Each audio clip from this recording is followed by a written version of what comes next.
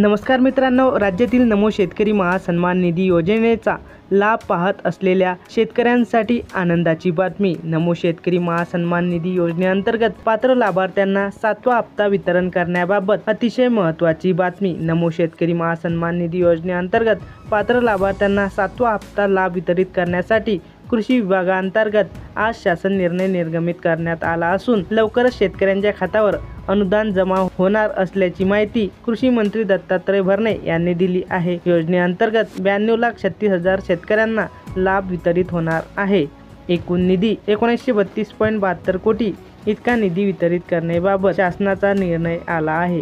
केंद्र शासनाच्या पंतप्रधान किसान सन्मान निधी योजनेअंतर्गत पात्र शेतकऱ्यांना प्रतिवर्षी 6,000 रुपये अनुदान देण्यात येते। केंद्र शासनाच्या या अनुदानामध्ये राज्य शासनातर्फे प्रतिवर्षी आणखी 6,000 रुपये अनुदान देण्यासाठी नमो शेतकरी महासन्मान निधी योजनेचा लाभ वितरित करण्यात येतो। या दोन्ही योजनांच्या माध्यमातून लाभार्थी शेतकऱ्यांना प्रतिवर्षी 12,000 रुपये अनुदान इतके मिळते। शासन निर्णयानुसार 7व्या हप्त्यामध्ये एप्रिल 2025 ते जुलै 2025 या महिन्यामध्ये अनुदान लाभार्थ्यांना भेटणार आहे। शेतकऱ्यांना प्रतीक्षा होती की नमो शेतकरी योजनेचा लाभ कधी मिळणार, तर कृषी मंत्री दत्तात्रय भरणे म्हणाले, राज्यातील सर्वसामान्य नागरिक व शेतकऱ्यांना समोर ठेवून दिलेला प्रत्येक शब्द पूर्ण करण्यासाठी राज्य सरकार काम करीत आहेत। राज्यातील शेतकऱ्यांना साथ देण्यासाठी कृषी विभाग सातत्याने काम करीत आहे।